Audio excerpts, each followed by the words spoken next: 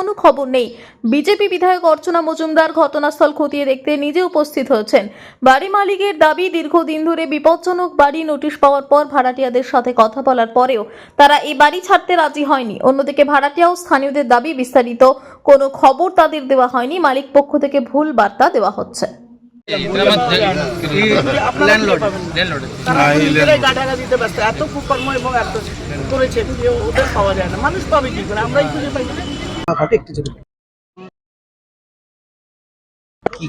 বিগত 3 বছর ধরে এই জিনিসটা আমাদের উপরে কন্ডিশনটা খারাপ ছিল। বাড়িওয়ালাকে বলা হয়েছিল, বাড়িওয়ালা হচ্ছে আগে ছিল আমাদের সরজু ডাক্তার, যাকে আমরা চিনি, ইন্দ্রনাথ মিশ্রা। বর্তমানে উনি মারা গেছে। মারা যাওয়ার পর এখন ওনার ভাই আছে মনীষ মিশ্রা, ঠিক আছে। তো উনি প্রমোটার নিয়ে এসে কাউরির সঙ্গে ভালো মতন চুক্তি কিছু করছিল না। কাউকে বলছে 50,000 দিচ্ছি উঠে যাও, কাউকে বলছে 40,000 দিচ্ছি উঠে যাও। এনারা সব মধ্যবিত্ত, নিম্ন মধ্যবিত্ত ঘরের লোক। বিগত এনারা 80 বছর ধরে 90 বছর ধরে এখানে থাকছে, প্লাস আমরাও থাকি, ঠিক আছে।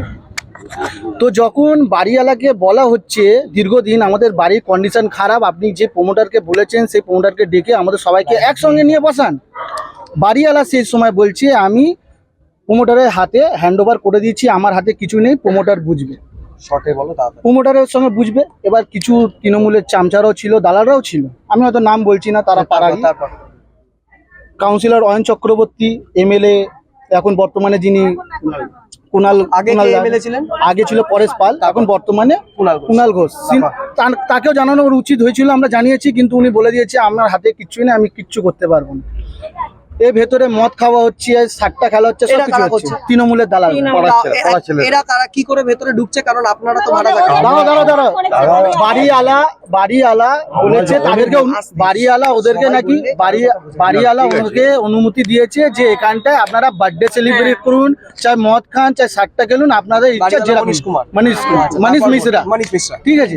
তো আজ বর্তমানে যখন ভেঙে গেছে, 1 সপ্তাহ আগে ওনাকে আমরা বললাম বাড়ির কন্ডিশন খারাপ, কি করব। তখন বাড়িওয়ালা কিচ্ছু বলেনি, তৃণমূলেরই এক দালাল, তাকে দিয়ে বলা করিয়েছে যে যে বানাতে পারবে বানিয়ে নাও, যে বানাতে পারবে বানিয়ে নিয়ে থাকতে পারলে থাকো, আর না হলে উঠে চলে যাও।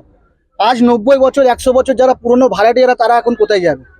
বিগত আমাদের ডক্টর অর্চনা দিয়েও এসেছিল, আমাদের গুগ্গিদাও এসে গেছিল, আমাদের পাড়ার নেত্রী যিনি আছেন অমিয় হাজরা। লাস্ট কতদিন ধরে এই বাড়ির প্রবলেমটা চলছে? প্রবলেম হচ্ছে বিগত 2.5-3 বছর ধরে তো হচ্ছে এইটা। ওই 2.5-3 বছর এটা প্রবলেমটা কি হচ্ছে? তাহলে বাড়িওয়ালা করছে না বলে তো? বাড়িওয়ালা করছে না, আর করছে তো প্রমোটারকে যখন আসছে পার্সোনালি এক এক করে ডাকছে, তাদেরকে ধমকি দিচ্ছে, চমকাচ্ছে, 1 লাখ দিচ্ছি উঠে যা।